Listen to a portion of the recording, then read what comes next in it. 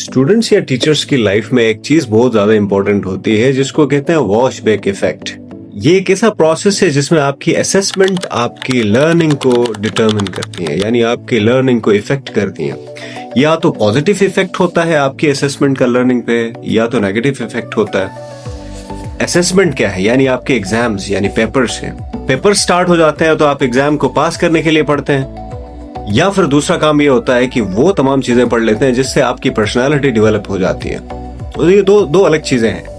Paper pass करने के लिए पढ़ना मतलब सिलेक्टिव स्टडी करना, रट्टा लगाना, स्पेसिफिक किस्म के टॉपिक्स तैयार कर लिए और एग्जाम पास कर लिया।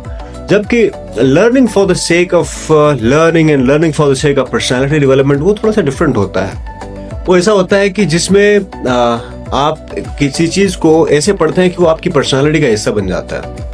अब पेपर्स दो किस्म के बन जाते हैं। एक जनरल सब्जेक्टिव पेपर बन जाता है जिसमें डेफिनेशंस वगैरह पूछे जा सकते हैं। दूसरा ऐसा पेपर बनता है जिसको आजकल एसएलओ बेस्ड पेपर कहा जाता है, जिसमें बच्चे की स्किल्स को टेस्ट किया जाता है। अब इस तरह का पेपर बनता है तो उसकी वजह से लर्निंग भी बच्चे इस तरह कर लेते हैं कि वो स्किल्स पे फोकस करते हैं। वो इंग्लिश लैंग्वेज को समझने की कोशिश करते हैं, या फिर उर्दू लैंग्वेज को समझने की कोशिश करते हैं, मैथमेटिक्स के कॉन्सेप्ट को समझने की कोशिश करते हैं।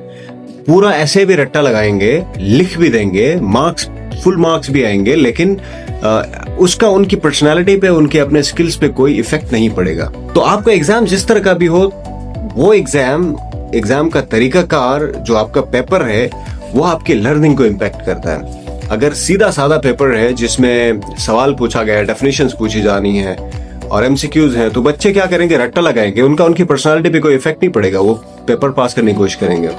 जबकि अगर दूसरी तरफ कंसेप्चुअल पेपर हो, एनालिटिकल पेपर हो, डिस्कशंस हो, प्रैक्टिकल हो, तो उसके लिए बच्चे फिर उसी तरह तैयार कर लेंगे कि भाई इसमें किसी चीज का रट्टा तो लगाना नहीं है, तो हमने क्या करना है? We have to prepare ourselves for the sake of analysis and for the sake of development. तो इसको कहा जाता है वॉश बैक इफेक्ट।